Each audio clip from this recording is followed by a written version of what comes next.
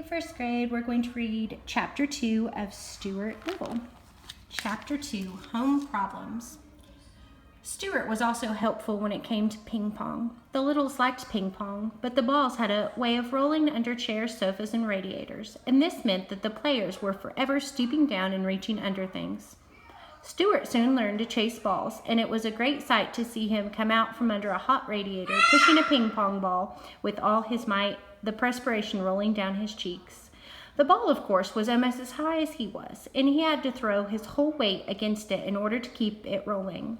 The Littles had a grand piano in their living room, which was all right except for that one of the keys was a sticky key and didn't work properly. Mrs. Little said she thought it must be the damp weather. But I don't see how it could be the damp weather, for the key had been sticking for about 4 years, during which time there had been many bright, clear days. But anyway, the key stuck and was a great inconvenience to anyone trying to play the piano. It bothered George particularly when he was playing the scarf dance, which was rather lively. It was George who had the idea of stationing Stuart inside the piano to push the key up the second it was played. This was no easy job for Stuart, as he had to crouch down between the felt hammers so that he wouldn't get hit on the head. But Stuart liked it just the same. It was exciting inside the piano, dodging about, and the noise was quite terrific. Sometimes after a long session, he would emerge quite deaf, and as though he had just stepped out of an airplane after a long journey, and it would be some time before he really felt normal again.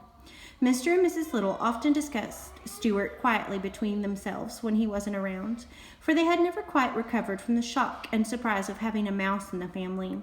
He was so very tiny, and he presented so many problems to his parents. Mr. Little said that, for one thing, there must be no references to mice in conversation. He made Mrs. Little tear from the nursery songbook the page about the 3 blind mice. See how they run? I don't want Stuart to get a lot of notions in his head, said Mr. Little.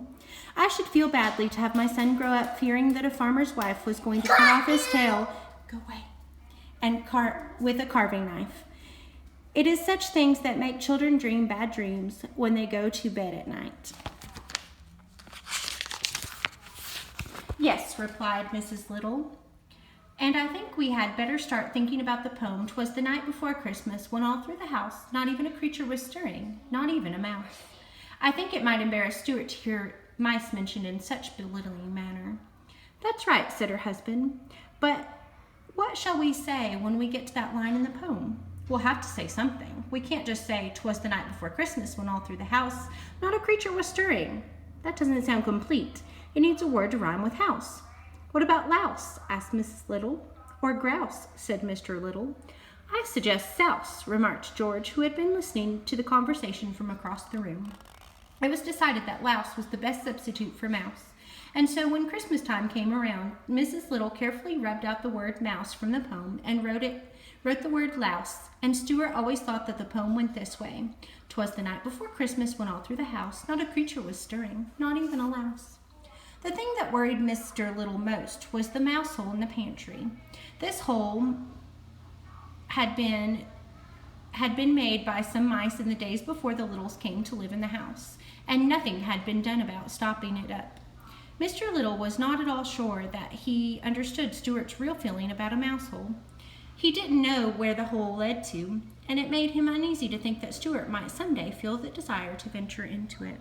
After all, he does look a good deal like a mouse, said Mr. Little to his wife, and I've never seen a mouse yet that didn't like to go into a hole.